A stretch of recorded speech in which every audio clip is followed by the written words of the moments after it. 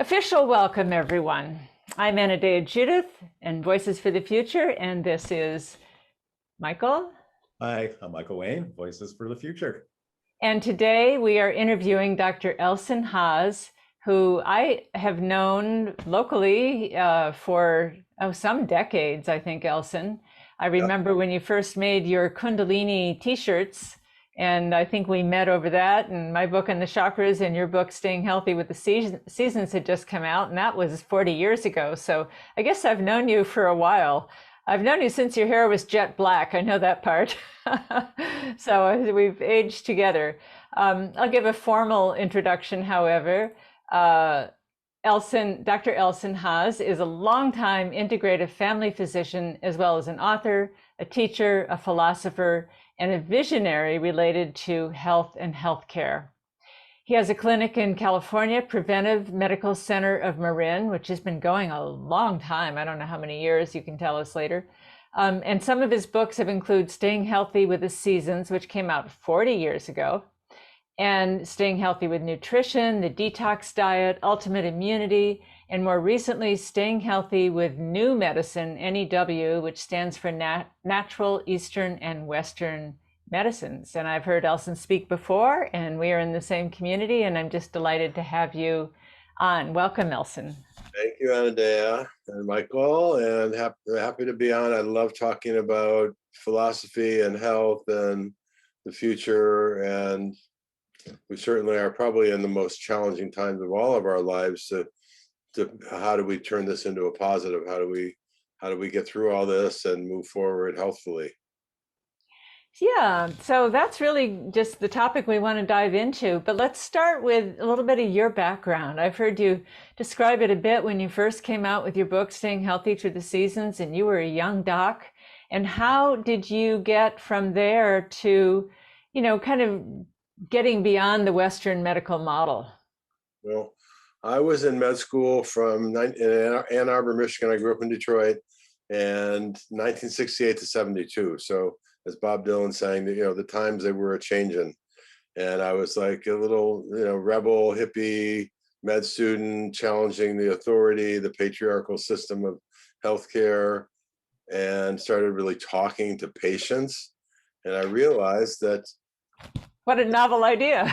Yeah, what was going on in their lives, those who were sick and in the hospital often had a lot of trauma and drama, I called it, in their lives, losses and, and struggles and, not enough money and this and that. And it's still true today. I mean, people who have more support and have, relatively smooth lives have less illness, so, but my mentors were like, he's kind of weird, he's talking to patients. And, I hated when we go on rounds and they say, oh, this is a 49-year-old diabetic, blah, blah, blah, blah. They don't introduce patients. So it was rather impersonal. So I started, I was a good student. So I got through medical school, and then I moved out to California because I was coming out here in the late 60s and early 70s. I said I could go intern anywhere. So I chose to move to Berkeley and worked at Highland Hospital. And then as soon as I got through that, then that was kind of a grueling experience working, 100 hours a week and all that, 36-hour shifts. And, but I was also then learning about healing. I said, there's more to health and healthcare than what I just learned. So my friend Marty Rossman, who's a really good visionary also, he's a MD acupuncturist and teaches hypnotherapy and guided imagery. So he was working out in the little town of Bolinas, California, and he said, "You better come out here, Elson." He was a good buddy of mine. He said, "Come out and see what we're doing." And we started working, we were sponsored by the Presbyterian Church to study healing. And we were doing basically mind body work, guided imagery it evolved into, where people would just really have a self interaction with their deeper subconscious to figure out why they were sick and what the message was and all that. So it was really pretty profound, and it was very different. But at the same time, I went on a 10-day juice cleanse. I was starting to study herbs. I started to really embrace, it was kind of the early 70s, and all through the 70s was, to me, the back to nature movement. And people were like saying, "Hey, there's herbs out there. There's Native American medicine. There's traditional Chinese medicine. There's Ayurveda. There's homeopathy. There's all these other systems." But we still had, it's even more so in these last, 40, 50 years, that Western medicine has kind of become more dominant. Now, I'm a Western practitioner. I have a family medicine practice I've had since the early 80s. I have a great team of people. I'm still, I'm still working at, almost 74, feel good. If I had lived the lifestyle I was living growing up, I'd be on, if I was alive, I'd be on a number of medicines. I see that, incorporating nutrition and detox and natural therapies. One of my mottos in healthcare is, as a philosopher physician, based on the traditional Chinese medicine, Michael, from the barefoot doctors, you pay doctors to keep you healthy, not to treat you when you're sick.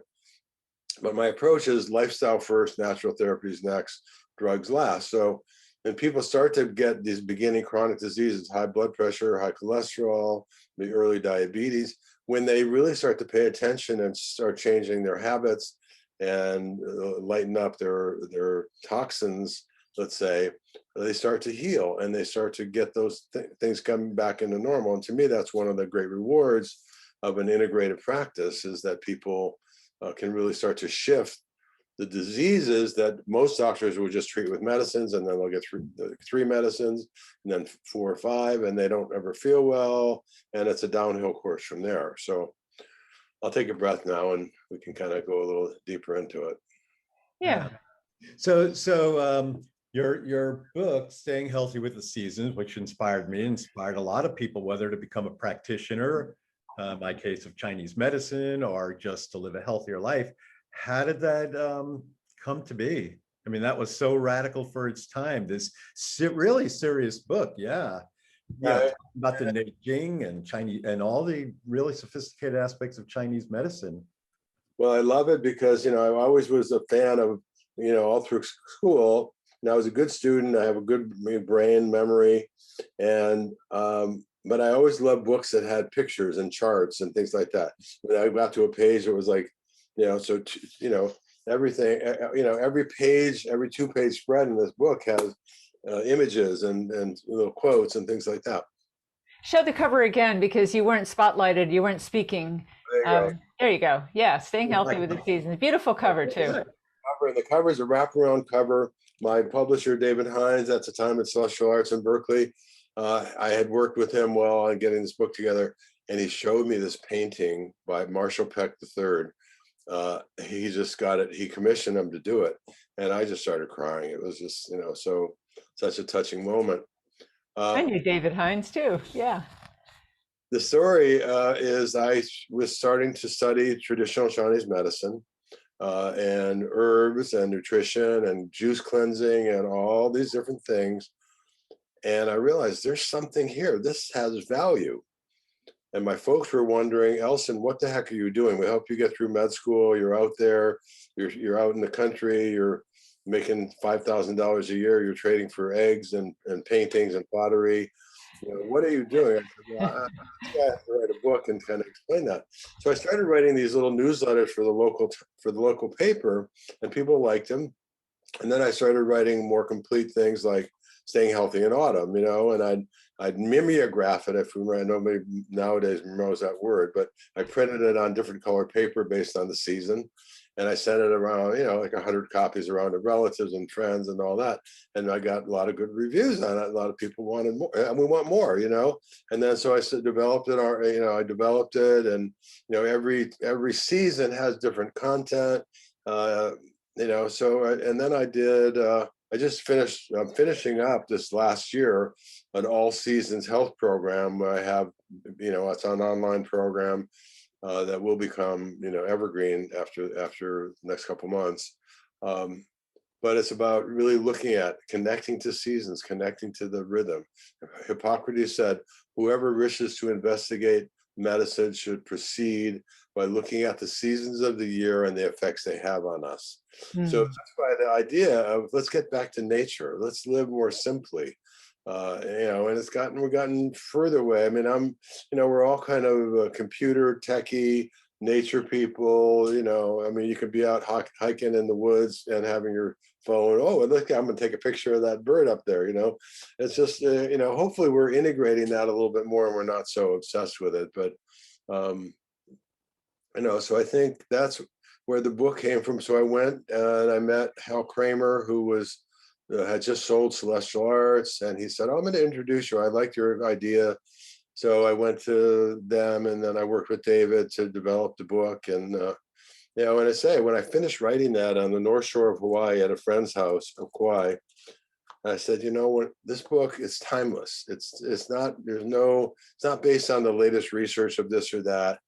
And even though I did a little update and kind of, shifted some things around about 15 years ago, it's still mostly the same book that has been out 40 years. So I just had part of the 40th year celebration was doing this year-long course with people. And we did detoxes every season. And we talk about, like, we're coming up, Anadea, this Saturday, I'm doing a class, summer part 2, and I'm going to look at colors and chakras, and I'm going to do a meditation. Wow. So cool. All their chakras spinning, and Yeah, that's great. I just want to ask you a question that's kind of an aside based on something you said.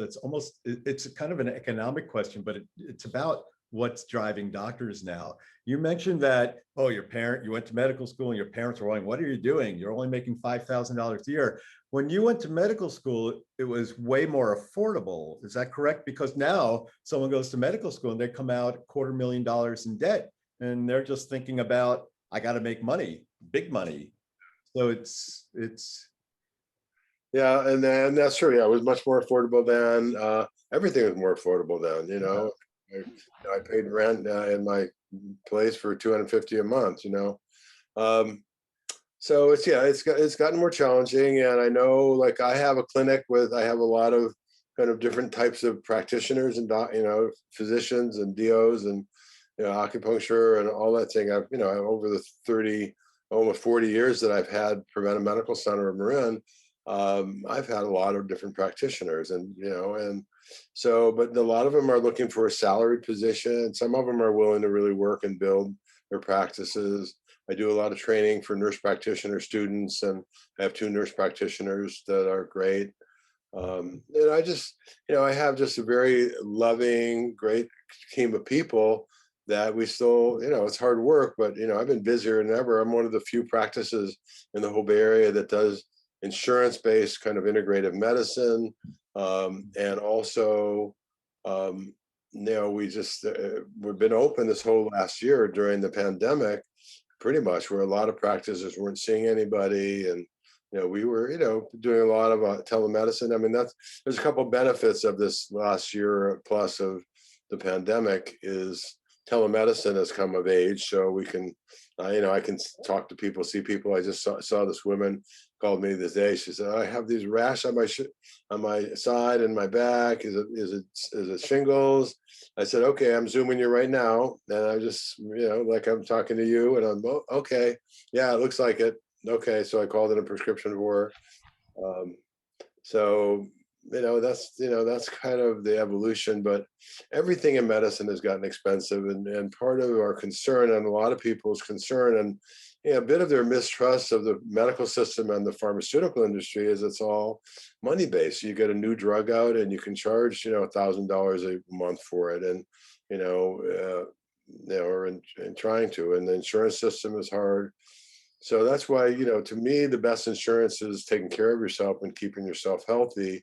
A lot of the barefoot doctors in China, and the whole idea of preventive medicine is, how are you looking? If you look at my questionnaire, the questionnaire in the back of Staying Healthy with the Seasons is very similar to the one I wrote in the late 70s, more than 40 years ago.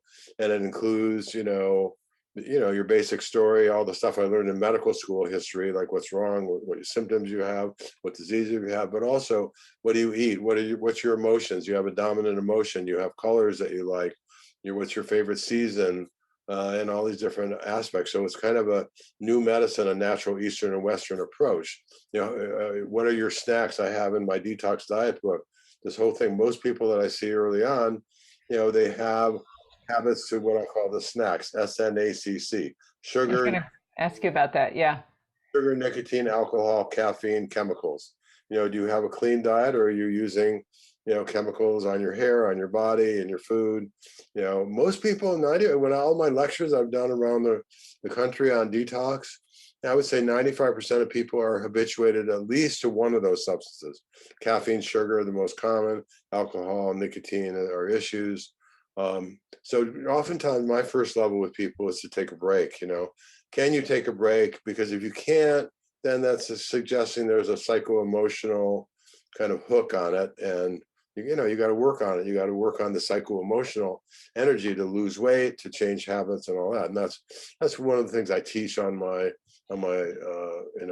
seminars that I do is, we're all in this together. Okay, we're taking these 2 weeks.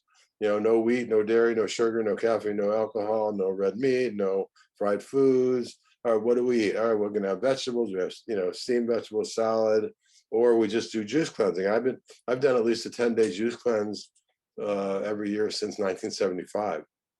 When I did that first time, I was just kind of new into practice, and I had allergies all the time. I did a 10-day master cleanse, which many people know about, called with lemonade, lemon juice, maple syrup, cayenne pepper, water. And my body let go of 20 pounds in 10 days. My head cleared up. I wasn't waking up allergic, could breathe clearly, and I had an energy. I said, wow, I could feel it. And I'm 27 years old, right? I said, wow, I could feel like this. This is how I want to feel. So I had to realize, okay, it mattered what I put in my body. It mattered what I put in my mouth. And I've had a much cleaner, better diet to kind of keep going. So I've been doing that every year for what, 40 some years. And you lead other people on group cleanses, right? People can sign up with you to do a 10-day, is it 10 days? Is it a? I do I've just finished the summer cleanse, 2 weeks. So we meet on Saturday mornings. Everybody gets more, I have all these forms. I do it through a platform called Thinkific. So there's all this content, and then people can print out their make a plan form. They write down what they're going to do. They sign it. But I like to empower people rather than just become a kind of the professor that says, okay, here's what you're doing. But so people have an option. Some people did just a raw food diet. That's a big change for them. Some people did a juice cleanse. Some people did my detox diet, which is steamed vegetables. So there's a lot of options, and people tune into that. And then once they do it, they can motivate other people. They know how to do it later on. But I have a lot of people who like to come. They're returnees. They like to do it in the group because it's just a positive experience. And the research shows that when you have other people along for the ride with you, even a significant other or a coworker, you just have better success. Yeah, That's great. If you could let the listeners know how they could find out about that, because they can tune in online. They don't have to be local, right? Exactly. Yeah, I've been doing everything online. I used to travel a couple times a month, going to do talks or seminar programs or whatever. I haven't done that in years now. I've been teaching online for a few years. So when the pandemic. So how would they find you if they wanted to go on that juice cleanse? I would type it into the chat box here. It's my website, Elson Haas, MD, ELSON HAAS md.com. And my clinic is PMC Marin, Preventive Medical Center of Marin. But they're all kind of connected together. Even my chakra shirt's connected in there, Anadea. I know. You Yes, should have worn it for the, we could have both worn ours. I don't even know if I have one anymore, but yeah. yeah. Yeah, so I forget which book, because I have both your books, Staying Healthy with the Season, Staying Healthy with New Medicine, but you talk about the doctor-patient relationship, the importance of that. And I would say, Elson, you're such a prime model, inspirational model, because you live by what you're, as you said, you don't want to just be a professor, you want inspire people to do it. But I wonder if you can say more about the importance of the doctor-patient relationship, because you talk about how most Western doctors spend just a couple of minutes with people and it's not fulfilling, and they can't really hear the story. It's really to feel, people want to feel like you have an ally, you have someone who's listening, and they have someone who cares about them. So it's like, I have a lot of friends who are patients. I have a lot of patients who are friends, so I don't different. I'm going to show you, I'm pulling up this chart here. Yeah, but the part of it is, I know we can see a little bit here, but there's a doctor-patient relationship, and I'll just share a few of the topics there. Shared beliefs. So, if you have someone who's totally like drugs at first sign of anything, and you don't want that, that's not a shared belief. You have someone who thinks more naturally, wants to, understand why somebody has something, that's a different story. Having compassion, being present with someone.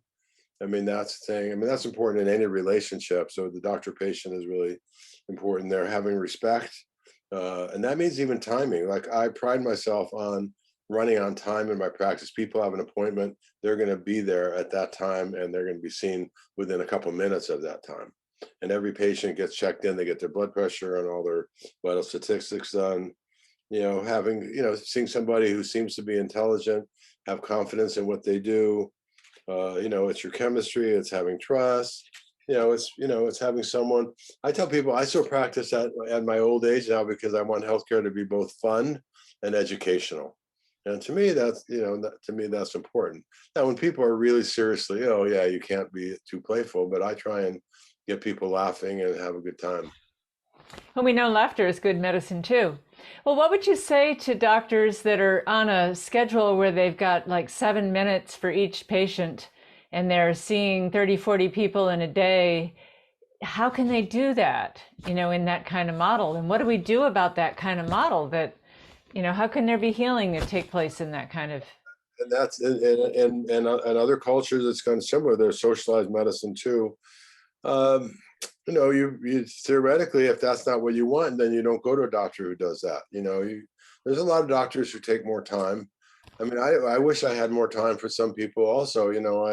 I see, half of that, I see maybe 15 to 20, 25 people in a day sometimes. But I also call a lot of people, and I stay in touch with my patients a lot. Sometimes I'll call on Saturday or Sunday morning. They'll say, I'm making my Sunday rounds on you. I know you weren't feeling well last week. You're doing better. So I like to see people like that, people like that when they say, wow, he called me on a Sunday morning. What's he doesn't have a life, No, but people who know me well say, he seems like he's always working, but he's always on vacation. Look at my tan, and I work outside a lot, and I keep, to me, work and play are kind of they merge well together. I wish there were more docs like you that took that kind of time, because I think it's really, really important. And I do think the doctor-patient relationship is really an essential part of healing, even aside from what the recommendation is. Right. Yeah. Well, the placebo. Like, I've learned even just the imagery, what we have going on in our head about things.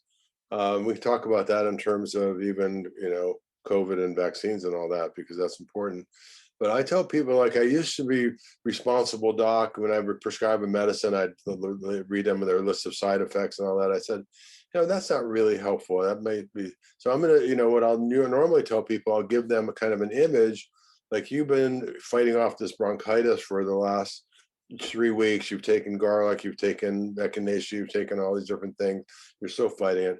I'm going to give you an antibiotic for 5 or 7 days. And it's going to go in and it's going to basically help kill off these germs that your body's fighting, because your cough and your congestion is all the fight. And then you can use that same energy to heal. And there, there's always a list of hundreds of side effects for almost every drug in the PDR, the physician's desk reference. But most of those don't happen. So you're likely not to have any problem from this. So I give them a more positive state.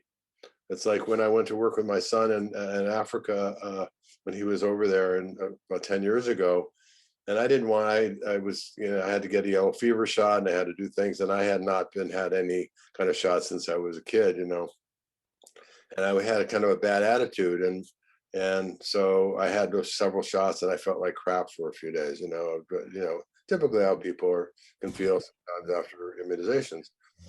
I realized, and the doctor had studied with my friend Marty Rossman, and she studied guided imagery. So I said, before I do my next set of shots, I want to do 15-minute session where I picture my son boy, my little yellow being on my shoulder, and he's gonna, kind of guide these shots, and my body's gonna respond really well, and that's gonna do what it needs to do. Anyways, after my yellow fever shot and a couple other booster ones, and I felt great the next few days. So, I realized so much of what we do. That's why the article I wrote, because I've had all these people asking me about what should I do about, the COVID situation and the shots and all that. So I wrote a piece called The Individual Experiment, because every person has to decide. And I have such a range of patients who are, kind of conventional patients who all, want to go with, whatever shots are available. And I have people who are totally against it. They don't trust it, and they've had previous reactions to it and all that. So I think we all have to make that decision, and my belief still is I want people to have individual choice. And we're getting to a place where there's a very challenging time because, the herd immunity and the whole idea of the way we're dealing with, the pandemic is hard on a lot of people to figure out what to do. So, I think so. That's a question, and we're getting every day. I have somebody calling. My work is demanding that I get a shot to come in, or the school's demanding it.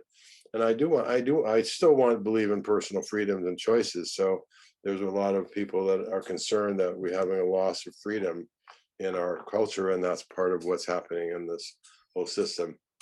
And I'm not against vaccines at all. I had polio, and my brother did in 1952, and so I think we've saved a lot of people from a lot of different issues. But my concern as a philosopher physician is that we're kind of giving people a little bit of false hope that vaccines are the way to prevent disease and the way to address our health. And I think we're taking away the potential that our lifestyle is essential. One of my free classes on my Elson Haas MD website is called The 5 Keys to Staying Healthy. And when we address all those, I think we have the potential to stay healthy. It's good nutrition, eating a balanced diet. It's regular exercise, proper sleep, learning to manage stress and emotions, and healthy attitude. And this all starts with our healthy attitude, basically, and that's to me where we can help ourselves most. I was putting those in the chat for people. I think I got 4 out of 5. Good nutrition, regular exercise, proper sleep, healthy attitude. What did I miss? Managing stress. Ah, Yeah, that's a big one.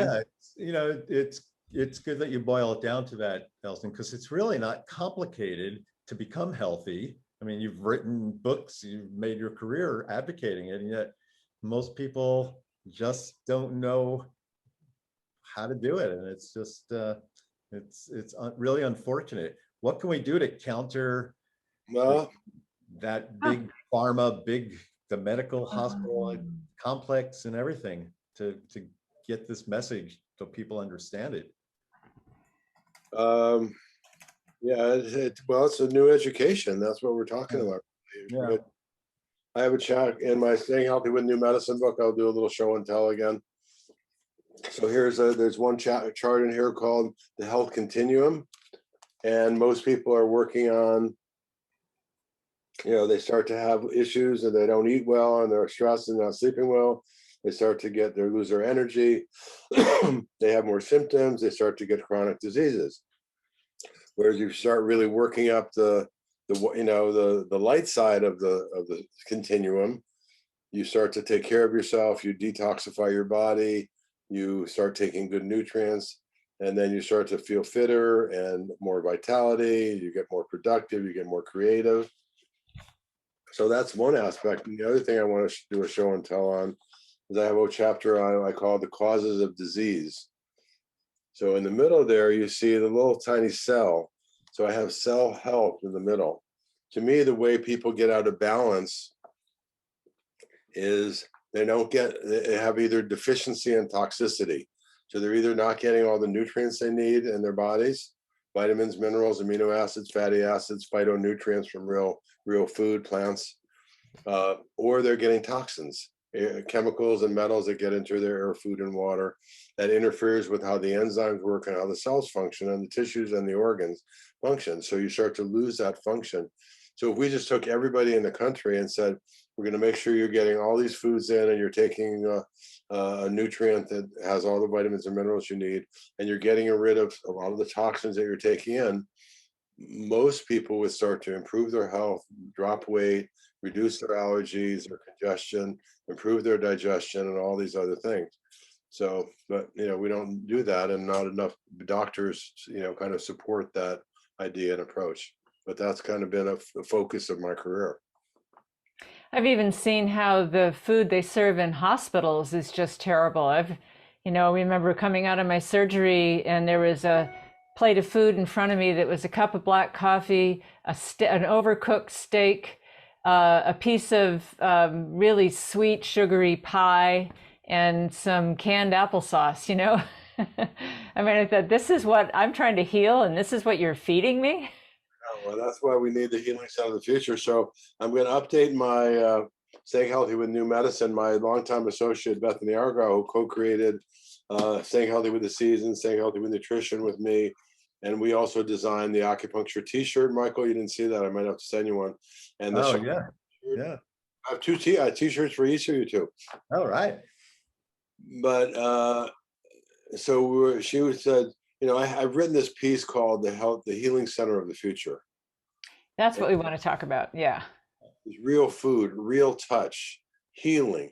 People recover from surgery. They go out in the garden and they can smell the flowers, and they can have herbs that you can pick. So there's this whole idea. Here's an architecture rendering of a piece that I did a long time ago. Let's see if it's in there. So it's kind of out in the country, underground parking.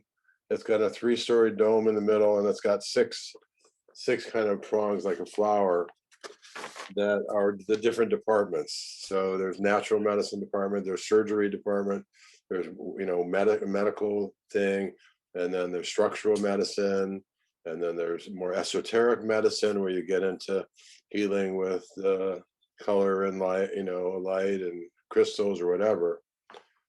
So, and then there's the psycho-emotional side where people are dealing with stresses. So when you're in a facility like that, you come out of it because you get re-educated, reprogrammed. It's almost like somebody, a lot of people go into drug rehab things, 30-day programs because they get strung out on, codeine or whatever. And it's the same thing. People have to reformulate. That's why when I do my detox groups, I have people do them while they're going to work, while they're taking care of the family, while they're home, and not go away somewhere, because whatever you do, whatever changes you make, you have to be able to incorporate that into your life.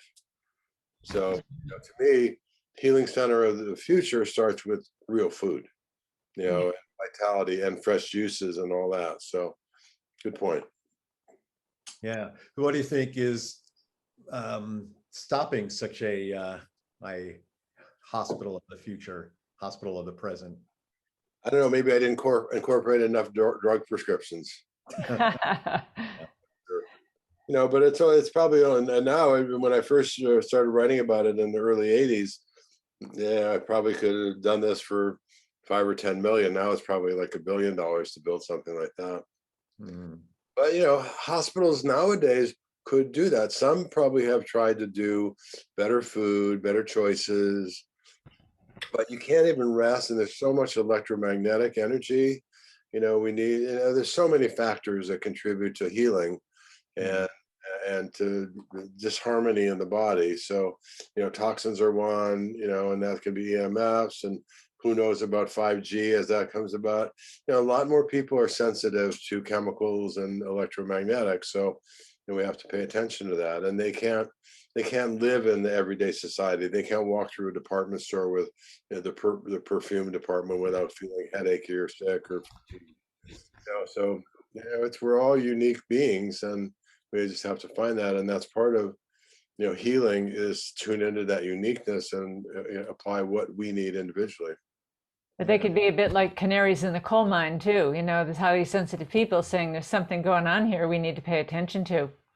We do have a couple questions coming in the chat box. Should we take a couple of those? Yeah, let's address it now. Going back to Well, JD asks, I would love to hear Dr. Haas discuss how to support yourself if you test positive for COVID. Well, that's a good question, because no one really knows that for sure.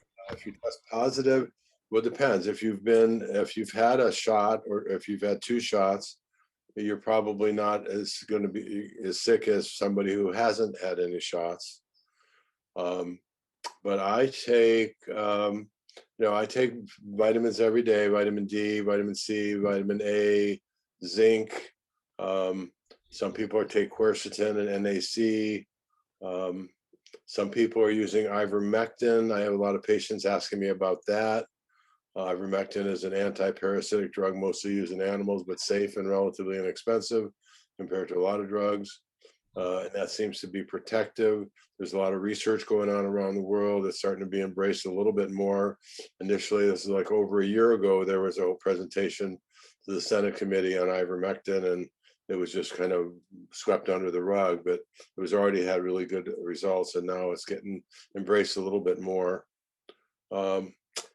This is all new. I don't know the answer to a lot of stuff. I mean, I've been talking about immune health, and one of my books is Ultimate Immunity. So how do we keep ourselves strong and healthy? I tell people, like, initially I was saying I have probably at least 50 to 100 hours invested in looking at all the literature, listening to all the different opinions and the controversies, and even conspiracy ideas, and the party line, and the president's messages, and Fauci's message, and all that. And I don't know what's true. And I've never had it in 50 years of medical practice. I've never had that where you couldn't kind of sort things out easily. But there's such a dichotomy of information here. Now I'm getting so much stuff coming on either side. It's like, okay, I'm stopping believing everybody. Everybody's just like a political argument. One of the articles I wrote, my longer article, is called Politics, Medicine, and War. It's about how we do the struggle. You get 2 sides of things, and you fight, you have a fight, and you can't resolve it. And I think that's one of the weaknesses we have in our culture, is what I call fair fighting. People in relationship or at work, or I just was on the phone with a daughter that I fostered 40 years ago, and a lady she was living in her house with, and they were just like, I said, neither are you in a position to really communicate without having a blow up reaction. You're right. So I asked the one lady, I said, write down what you need, and then she'll respond, because people don't really understand the difference between reaction and response, and so that's one of my peeves. Even in my practice, every person I ask about their relationship and their intimacy, and how that is. So coming back to your question, I'm sorry, I'm a little long-winded there, but yeah, I mean, no one knows for sure. There's not real research on how you deal with COVID. It really is an individual thing, and whether you're going to be taking medicines. I have a good friend who just came back from Florida, and she tested positive for COVID, and she has not had any shots, and she's kind of sick and has respiratory things. So, but she's a healer also, so she's kind of coming up with her own ideas. So, it's a challenge now, because this is all an experiment. And I think one of the frustrations is, apparently there's a federal law that says you cannot mandate an experimental vaccine, and that's where we are right now. And there's a lot of hospitals and employers and schools that are asking for, get everybody get vaccinated. And I think there is, something to that, is that seems to be protecting people. I'm not against vaccines at all, but I think that I think there's a certain amount of loss of freedoms that are happening now, and a lot of things that we don't know about that people are just having to figure out. Yeah. And on a similar note, but different, Chris asked, what's your thinking about the flu shot? Well, I haven't had one ever, and I think I trust my own body on how to take care of itself. And I think wearing masks is also protecting a lot of people, because there's a whole contingency now of people who don't believe in communicable diseases. They think there's other things. It's resonance, it's vibration, it's exosomes, it's various other things. So it's hard to know what to say about that. Again, a lot of people, my approach is, if you feel like that's going to be helpful for you and you've gotten them before and you haven't gotten sick, go for it. If you've gotten one or two and every time you get sick and you don't like it, then you're probably not going to want to do it again. It's like sticking your hand in the fire. Okay, I didn't like that. It burned me, So, but most people do okay with them. But it's the same with, I've interviewed probably now 300-400 people who've had, COVID shots. And I would say 2/3 of them have done decently well. They might have had fatigue or sore arm for a couple of days, but then, a third of them have not done, had issues. They've been sick for a week or two or more. They have more consistent, longer term symptoms, fatigue, brain fog, aches and pains. So now I can't say that all of that's from the shot, but it's certainly concerning. And I have talked to a lot of other doctors. So, I'm kind of plugged into the healthcare system pretty deeply. So I hear what's going on sometimes in the hospitals and with people that are sick with, both COVID, who's been vaccinated. Definitely, the vaccines certainly seem to protect people from getting sick. That's been pretty well documented. So as long as you feel comfortable doing that, then, that's your path, and that's your individual choice still. I don't like that people are getting their freedoms taken away. That's something that I've always been concerned about in healthcare for, 40, 50 years now. Mm-hmm. Yeah. Anita, you want to read another question? Sure. Let's see. Marie says it's really challenging in the Midwest to find vegan options when dining out. How do we get government to rethink focusing on wellness rather than vaccines? How do we get the meat and dairy lobbyists out of the present situation? And, while we're on that, we, big farms and, additives in foods and, selling people stuff that we shouldn't be putting in our mouths is a big business. Yeah. Well, you have your own choices, luckily. I mean, most places have, farmers markets, they have health food stores. So you don't have to necessarily, you can get, there's a few places that have vegan options, but not that many. So you get to choose. I mean, your dollar is your vote, as Bethany says. And so you get to choose for what you want to participate in. Could we get laws changed to reduce the amount of chemicals used and not support agricultural chemical farming as much?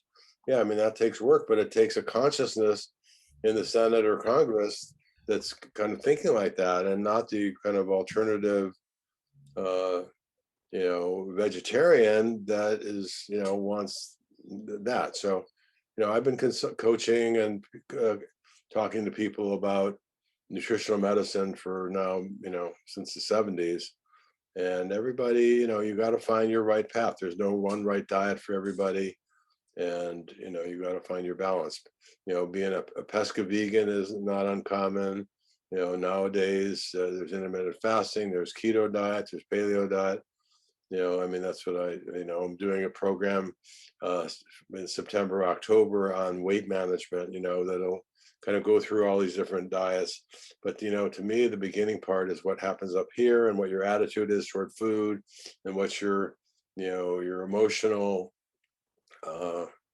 components are as to why do you do things. If we don't ask why, or we don't ask what the cause is, why am I experiencing this?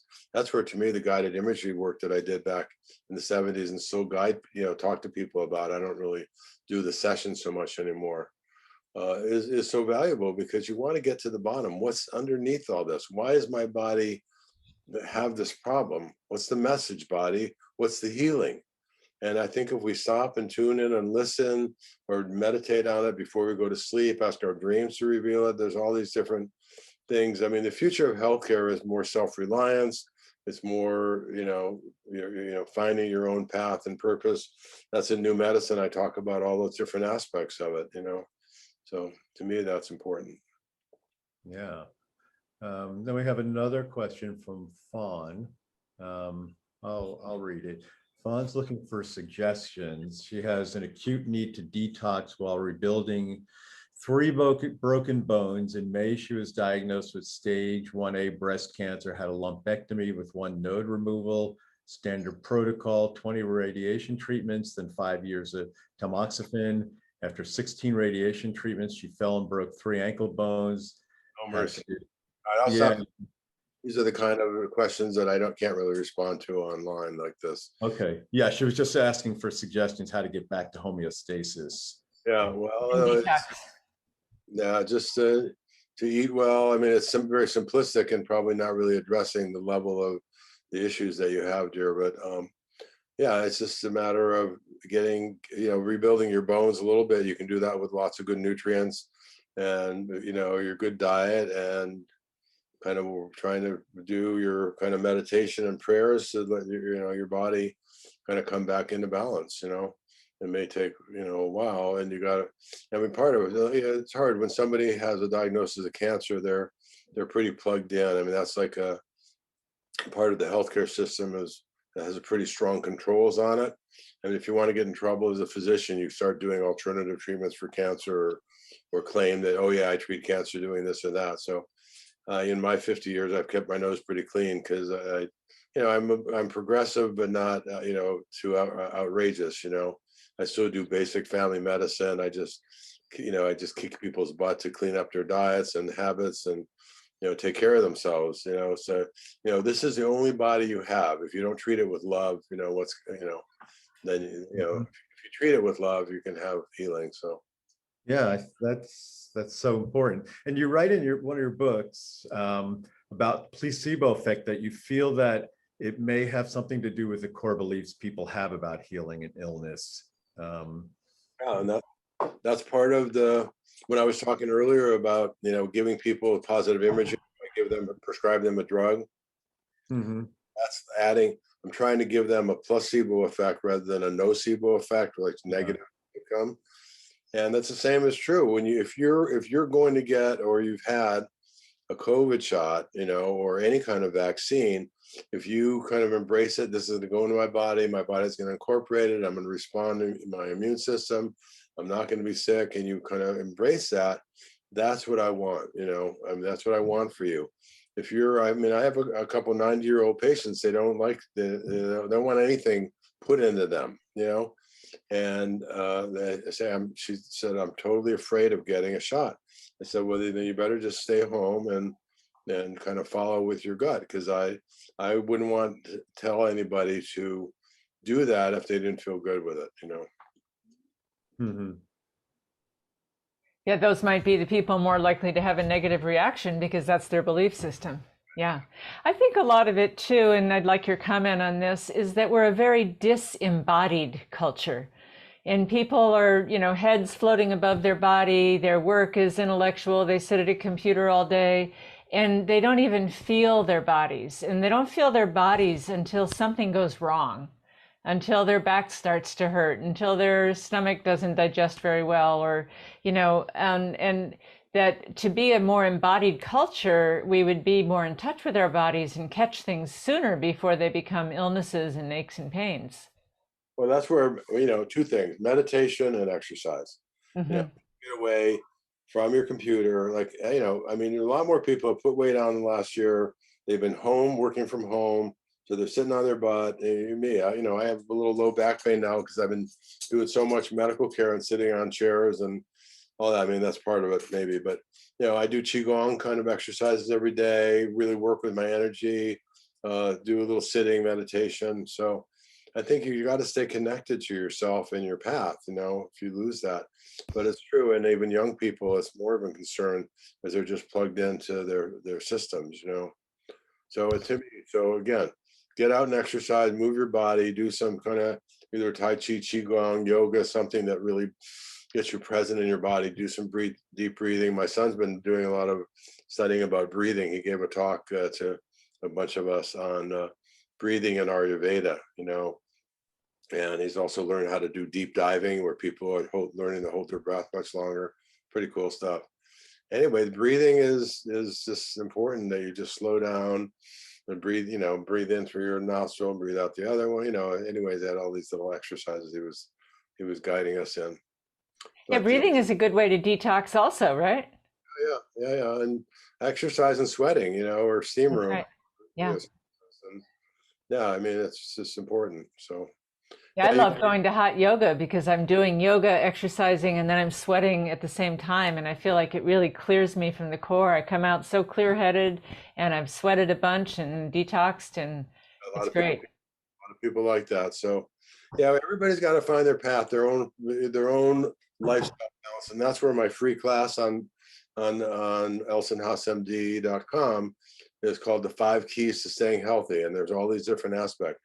Can you evaluate yourself? How good is your nutrition? How good is your exercise program, your sleep?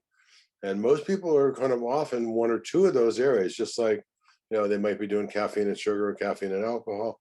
Most people have issues there. So if you find where you're weak in and you start working on that, like I did a 5-week course where every, week 1, you worked on your nutrition. You make sure, how am I getting a balanced diet? What's my calorie intake, et cetera. And then you work on exercise, and, a balanced exercise program is stretching and cardio and weights and relaxation. So, I mean, there's so many different things, and stress and sleep. I say probably more common problems that doctors see in practice are fatigue and insomnia. So, Yeah. and a lot of that's based on one of my favorite programs I have on my website is called Regain Your Natural Energy. And it's based on what I have, a term I've coined called the simulation sedation syndrome, where people are using caffeine and sugar early in the day to get going, and then they use alcohol, cannabis, other medicines to slow down at night. And when you don't do that in balance, you're either don't have the energy you need, or you're wired up at night and you can't sleep well, and then you don't feel well in the morning. You need more coffee. So there's this kind of vicious cycle going on. And that's why it's a week-long course and kind of getting away from the stimulants and sedatives and coming back to your own real energy. Yeah. Yeah. One thing I really appreciate about your work, Elson, is you're kind of aligned with the barefoot doctor mentality. Like you said, you're one of the few clinics doing integrative medicine that takes insurance, so it can be affordable. Some of the integrative clinics, it gets expensive and not every person can really afford it. And it's great that you have these classes online, some are free, some whatever the charge is. But because again, my personal belief as a Chinese medicine practitioner is, and just like I said, and you are espousing, it's not that complicated and it's not that expensive. Everyone has to buy food. We all have to breathe. We all have to move.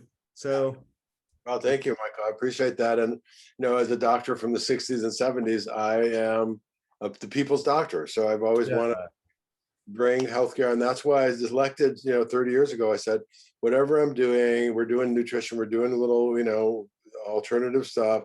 I want to try and get hooked in with all the insurance companies so that I could provide that service with people. So that's what we've done. And I have a whole team of people at my clinic, Preventive Medical Center, that really support each other to provide great care to people, at a reasonable cost. Some things we do are, people are paying out of pocket for, but a good part of it gets covered. Yeah, no, that's wonderful. I know I've said some people can pay out of pocket and afford it, but people can figure out what they can do, and it's good that you take coverage. It'd be great if the whole insurance system was different than the paradigm it is. But I that's, do a lot of health assessments, your yearly annual checkup. And usually most insurance companies are required to cover that now. So you're right. Yeah. I haven't seen people a while or new patients come in and they're relatively healthy, but a lot of, it's fun being, a family doc, because any day I go into practice, I don't know who I'm going to see, what age group, what their issues are going to be. And so it's kind of like a dance, and since I am dancing all the time, I'm the dancing doctor. I want to just kind of say, okay, let's be really present with what is right in front of you. And okay, how do we shift that? What are your goals? I mean, a lot of times when I ask patients, like, what are your goals coming in? What do you want to accomplish for yourself or with me? And that really engages them into the process, because healthcare should be an interactive, future looking. Preventive medicine to me means how are you living now and what that's going to do 20 years from now. And if you've got a diet that's going to kill you in 20 years, then you have a choice to change that. Mm-hmm. Totally. Anyway, I'm still having fun. Yeah. So we promised we'd get you off at 8 or 5 your time, because you have another appointment to go to, and we're just about there. So Well, I hope I'll stay connected to you all and keep your health going, and more and more people hopefully will embrace our conversation and be inspired to to improve your health and to stay healthy. To me, achieving that, and it all has to do with keeping our energy moving. That, Anna Day, for both you got to move. I have a whole chapter a whole month in my evolutionary medicine course next year. One is on the energy of things. Everything is energy. You have the meridians in the body and you have the chakras in the body, and there's other levels too. And if you got all those things moving, in Chinese medicine, you say, if my meridians are all moving smoothly, I'm healthy. If all my chakras are spinning good and they're all connected and I got a good balance and colors in my body, I'm healthy. And when we interfere with those, like I had this lady, I just did a Zoom call with her today. She had a lot of digestive things and she had a lot of pelvic things. So I know, as I said, your solar plexus, you're not moving things through, and that's where you got to move things through. So whatever it is, and the idea, like I have an environmental detox coach in my office. I have a medical intuitive. So I said, sometimes I want my, Carol, my medical intuitive, to say, okay, we'll just tune in to what's happening here. What's in there? Because to me, diseases are not separate from the psycho-emotional patterns that people have. They're all connected. When we're ill, it's going on at every level of our being. And so if you just tune into the physical, you can get some relief of symptoms and issues, but you don't have healing that way. That's right. So the future of medicine is healing. Well, I wish there were more doctors like you. Yeah. I wish, not only to teach people how to take care of their health, but to get more doctors to think like you do would be a huge boon for everyone. So thanks for being a voice in the wilderness, and may your voice be amplified. Yeah. Thank you, Elson. Blessings to everybody. Stay healthy. Okay. Yeah. Thank you, Elson. Everyone. Till next time. And next time will be Mark Dubois, who was one of the co-founders of Earth Day. Yeah, we'll be on holiday, just like the Europeans, in August till September. We'll be all in touch. Bye, everyone. All right. Bye-bye.